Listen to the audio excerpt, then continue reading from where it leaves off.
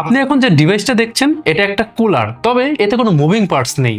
যেমনটা আমরা দেখি পিসির ভিতরে কুলিং ফ্যান ঘোরে, তো ফ্যান নেই ঠিক আছে, তারপরে কিন্তু এই ছোট্ট ডিভাইস থেকে এয়ার ফ্লো বের হচ্ছে এন্ড শোনা যাচ্ছে কম্পিউটারে এখন আর কুলিং ফ্যান না, ইউজ হবে এই কুলিং ইঞ্জিন। বাট এটা কিভাবে পসিবল? এই প্রশ্নের উত্তর জানতেই আমাদের আজকের ভিডিও, তাহলে শুরু করা যাক।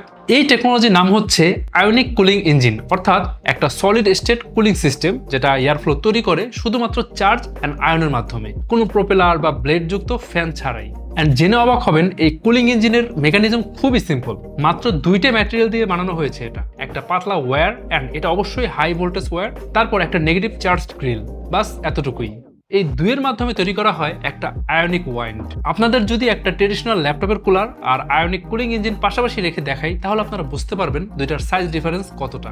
এখন আয়নিক কুলিং কিভাবে কাজ করে চলুন একটু টেকনিক্যালি বুঝে নিই। প্রথমত হাই ভোল্টেজ সাপ্লাই দিলে থিন লেয়ারের ওয়্যারটি হাই ভোল্টেজে চার্জ হয়, এরপর ওয়্যারের চারপাশে এয়ার আয়নাইজড হয়ে যায়, অর্থাৎ এয়ারে থাকা অক্সিজেন ও নাইট্রোজেনের ইলেকট্রন আলাদা হয়ে যায়। ফলে এই আয়নাইজড পার্টিকেলগুলো গ্রিলের দিকে ধেয়ে চলে যায়। গ্রিল যেহেতু নেগেটিভ চার্জ, তাই পজিটিভ আয়নগুলো তার দিকে বায়াসড হয়ে যায়। এখন এই চলাচলের ফলে একটা কন্টিনিউয়াস এয়ার ফ্লো তৈরি হয়। এই পুরো প্রসেসটাকে বলা হয় ইলেকট্রোহাইড্রোডাইনামিক থ্রাস্ট। এখন এই আয়নিক ওয়াইন্ড সরাসরি ল্যাপটপের যে অংশে টেম্পারেচার বেশি সেখানে গিয়ে একটা ধাক্কা দেয় অ্যান্ড তার থেকে টেম্পারেচার সরিয়ে নেয়, এতে করে ল্যাপটপ কিন্তু কুল থাকবে। এখন এই টেকনোলজি এত ইম্পর্টেন্ট কেন? ফার্স্ট অফ অল, কোনো ফ্যান ঘোরে না, তাই সাউন্ড একদম নাই বললেই চলে। তারপর ধুলাবালি বা পানি ঢোকার ভয় কম, কারণ ডিজাইনটাই এমনভাবে সিল করা। জায়গাও কম লাগে, ছোটখাটো জায়গায় সহজেই ফিট হয়ে যায়। তাই আশা করা যায় ফিউচারে আয়নিক কুলিং ইঞ্জিন যদি ভালোভাবে ডেভেলপ হয়, ল্যাপটপ বা এই ধরনের মিনি পিসি আরো বেশি কম্প্যাক্ট অ্যান্ড থিন হবে। যাই হোক, ফ্যানলেস ল্যাপটপ ও কম্প্যাক্ট ইলেকট্রনিক্স নিয়ে আমরা আগেও কিন্তু টেকনোলজি দেখেছি, সেটা হচ্ছে এয়ারজেট। 2022 সালে রিলিজ হওয়া একেবারে নতুন ধরনের সলিড স্টেট টেকনোলজি। আসলে প্রতিটি এয়ারজেট ইউনিটের ভিতরে থাকে মাল্টিপল সিলিকন মেমব্রেন, যেগুলো হাই ফ্রিকোয়েন্সিতে ভাইব্রেট হয়। এই ভাইব্রেশন এমনভাবে ডিজাইন করা যাতে হট এয়ারকে ডিভাইসের ভেতর থেকে জোরে ফোর্স দিয়ে বের করে দিতে পারে। ফলে ডিভাইসের উপর দিয়ে একটা কুলিং এয়ার ফ্লো তৈরি হয়, যা প্রসেসরের মতো হিট জেনারেট করা কম্পোনেন্টগুলোকে ঠান্ডা রাখে। পুরো প্রসেসটা ঘটে কোনো মুভিং পার্টস ছাড়াই, মানে ফ্যান মোটর কিছুই নেই। বাট একটা সমস্যা আছে এই এয়ারজেটে, এটার সিলিকন মেমব্রেন এত ফাস্ট ভাইব্রেট হয় আশেপাশের পার্টস নষ্ট হয়ে যেতে পারে। কম্পিউটার সিস্টেমের জন্য এটা খুব একটা উপযোগী নয়। আমরা তাহলে একটা ট্রেডিশনাল কুলার, এয়ারজেট আর আয়নিক কুলারের পারফরমেন্সের ডিফারেন্স দেখি। তো কম্পেয়ার টেস্টে প্রথমেই দেখি সিএফএম। আচ্ছা, সিএফএম হচ্ছে কিউবিক ফিট পার মিনিট, মানে প্রতি মিনিটে কত ঘনফুট এয়ার ফ্লো প্রডিউস হচ্ছে। আচ্ছা, প্রথমেই 10 ওয়াটের একটা ট্রেডিশনাল কুলিং ফ্যান, যেটার সিএফএম এয়ার ফ্লো হচ্ছে 1.3 থেকে 1.5, আর 10 ওয়াটের একটা এয়ারজেটের ক্ষেত্রে 0.42 সিএফএম। তারপর 9 ওয়াটের একটা আয়নিক কুলারের 1.0 সিএফএম। তো সিএফএম এর দিক থেকে আয়নিক কুলারের পারফরমেন্স ভালোই মনে হচ্ছে। আচ্ছা, তারপর স্ট্যাটিক প্রেসারের আমরা পারফরমেন্স দেখব।